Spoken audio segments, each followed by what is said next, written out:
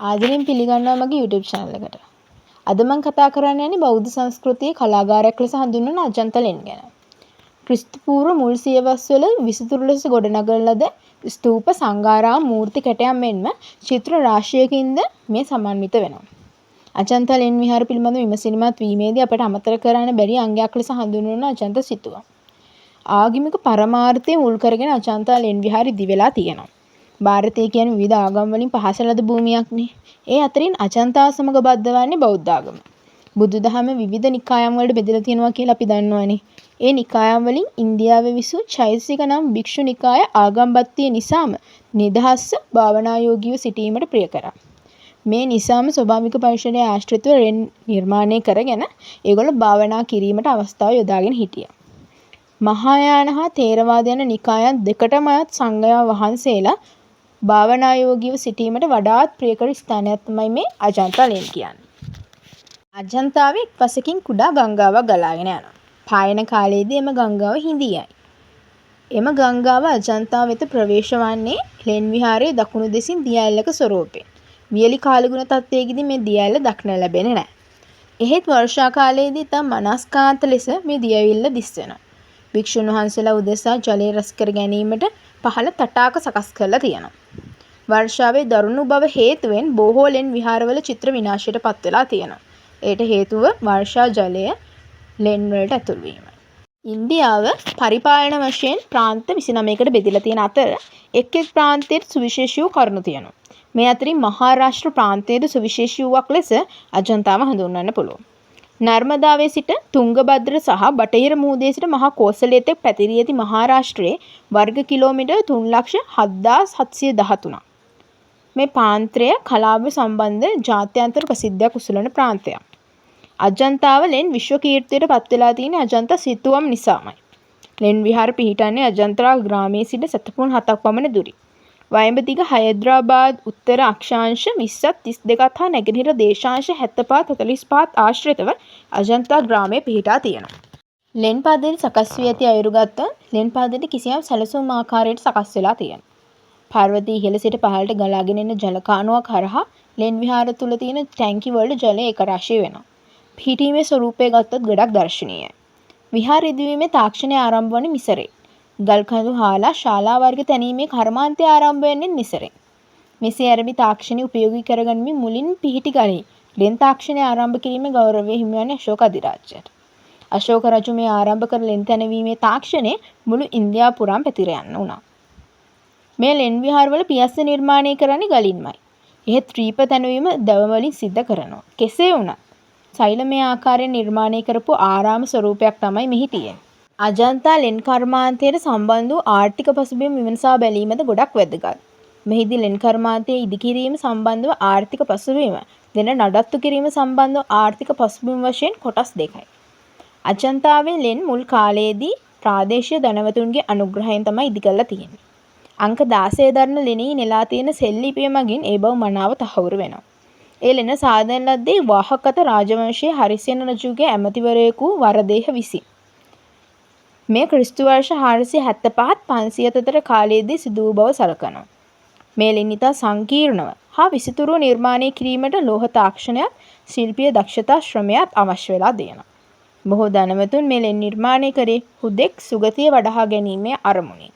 අජන්තා ලෙන් වල තියෙන විශේෂත්වය වන්නේ අජන්තා චිත්‍ර. මෙම ලෙන් බෞද්ධ චිත්‍ර කලාවේ පමණක් නොව සකල ඉන්දියාවේ චිත්‍ර කලාවේ සම්භාවනීය ස්ථානයක් හිමි කරගනී. මෙහිදී චිත්‍ර ඇඳීම සඳහා කඩතුළු සහිත ගල් තෝරාගත් අතර එහිදී නිර්මාණ කරනු ලබන්නේ කුඩා ගල්පතුරු වලිනි. එම චිත්‍ර දුර්වර්ණ වීමේ ප්‍රවණතාව අඩු අතර එයට හේතු වී ඇති නියමිත ආකාරයට වර්ණ ගැන්වීමයි. මේ වර්ණ ගැන්වීමේදී බොහෝ දුරට යොදාගන්නේ මිශ්‍රිත වර්ණයි. මේ වර්ණ පානවත් බවින් යුක්ත වන අතර දීප්තිමත් බවින් බබලයි. එමෙන්ම අඳුරු පසුබිම් වලදී පැහැපත් වර්ණ යොදා ගැනීමද විශේෂත්වයක්.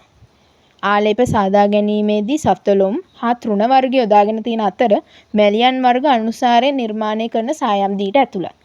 අජන්තා ලෙන් චිත්‍ර ශිල්පියා තෙල් සායම් යොදා ගැනීමේ දක්ෂයි. රේඛා හැසිරවීම ලාලිත්‍ය අජන්තා චිත්‍රවල තියෙන විශේෂත්ව. ජාතක කතා, කුමර කුමරියන්, යාචකයන්, අන්තපුර, ගස්වැල්, මල් වර්ග චිත්‍රය නගලා තියෙනවා. චන්දත්ත ජාතකය, සාම ජාතකය, විස්සන්තර ජාතකය වගේ ජාතක කතා මේ ලියන්වල චිත්‍රයෙන් නගලා තියෙනවා. රාජ මහේෂිකාවන්ගේ වගේම හස්ති රාජයාගේ දළද ඉතාම අලංකාරයට මෙහි නිර්මාණය කරලා තියෙනවා.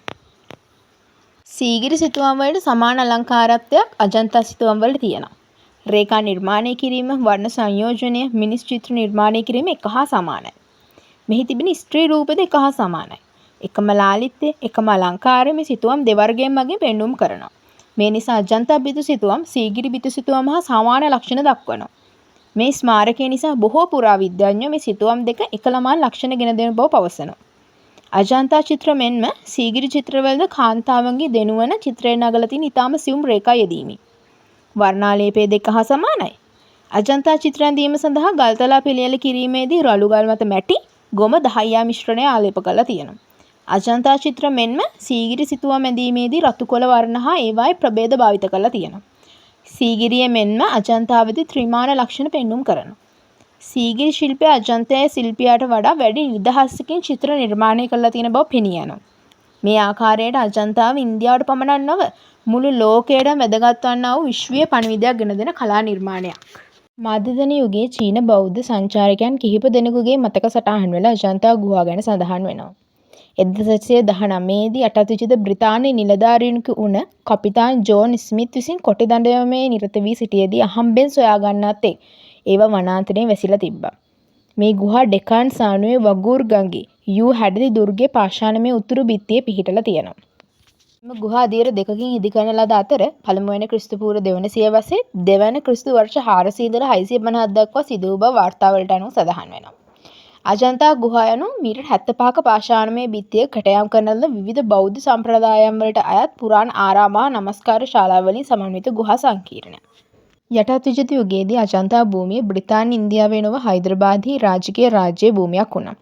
1920 ගණන් වල මුල් භාගයේ හයිදරාබාදයේ අවසාන නිසාමු මීර් ඔස්මාන් අලි ખાන් කලාකෘති ප්‍රතිසංස්කරණය කිරීම සඳහා පුද්ගලයන් ගෙනල්ලා ගාස්තුවක් සඳහා සංචාරකයන්ට මේ ස්ථානය අරඹන්න පුළුවන් ලෙස කෞතුකාගාරයක් බවට පත් කර ගාස්තුවක් සඳහා සංචාරකයන්ට ඒ ස්ථානට එන්න මාර්ගයක් ඉදිකරා.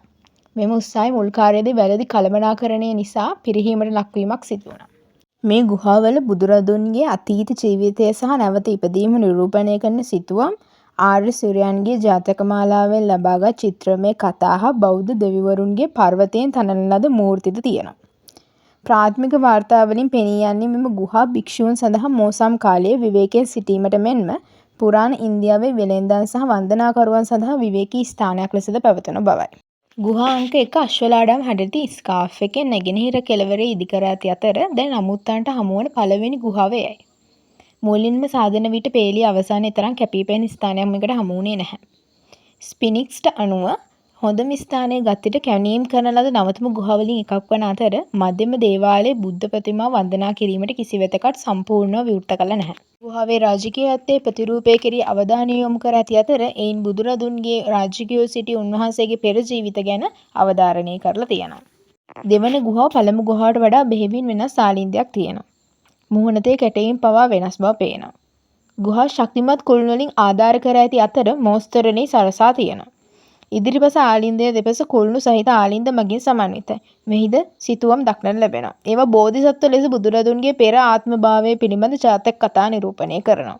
පළමු ගුහාවෙන් නිදර්ශනය කර ඇති කතා රජකම අවධාරණය කරන ආකාරයටම දෙවන ගුහාවේ උතුම් හා බලවත් කාන්තාවන් ප්‍රමුඛ භූමිකාවක් සිටින බව පෙන්වන අතර එමගින් අනුග්‍රාහකයා කාන්තාවක් බව යෝජනා ඉදිරිපත් වෙනවා.